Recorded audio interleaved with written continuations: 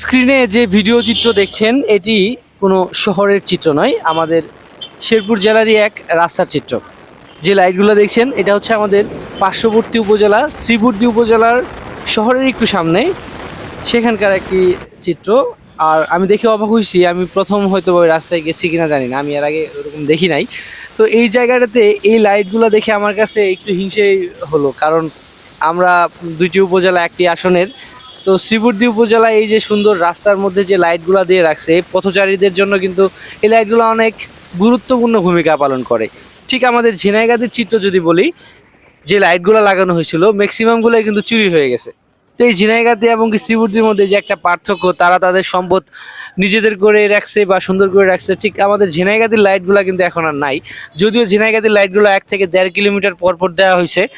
আর এই লাইটগুলো যেগুলো দেখছেন এই লাইটগুলো কিন্তু একদম শ্রীবুর্দি শহরের আগের থেকে একদম শহরের শেষ মাথা পর্যন্ত কিন্তু লাইটগুলো কিছুক্ষণ পর পর দিছে, যেটা একদম রাস্তাকে চকচকে করে রাখছে। একটি আসনের দুইটি উপজেলা হলেও আমাদের ঝিনাইগাতি উপজেলার পৌরসভা না থাকায় এই যে সুবিধা, নাগরিক সুবিধা, এটা থেকে কিন্তু ঝিনাইগাতির নাগরিকরা বঞ্চিত হচ্ছে। দায়িত্বশীলদের নজরে আসা দরকার আমাদের ঝিনাইগাতিতেও এরকম সুন্দর লাইট, যেগুলো আমাদের পথচারীদের জন্য অনেক উপকারে আসবে, বা এই অঞ্চলের মানুষের যারা সবসময় এই রাস্তাগুলোতে যাতায়াত করে অনেক সময় অনেক ধরনের দুর্ঘটনাগুলো হয়, এই লাইটগুলো থাকলে কিন্তু সেই দুর্ঘটনা এড়ানো সম্ভব।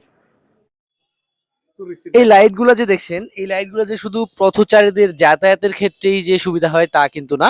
এই অঞ্চলের মানুষের এই রাস্তা দিয়ে যাওয়ার সময় অনেক সময় দেখা যায় যে বিব্রতকর পরিস্থিতিতে পড়ে যেতে হয়, যেমন ছিনতাইকারী আসে বা মাদক সেবীরা আসে। তারা কিন্তু এই অনেক সময় মোবাইল ফোন থেকে শুরু করে অনেক গুরুত্বপূর্ণ জিনিস কিন্তু আমাদের কাছে ছিনিয়ে নিয়ে যাওয়ার চেষ্টা করে।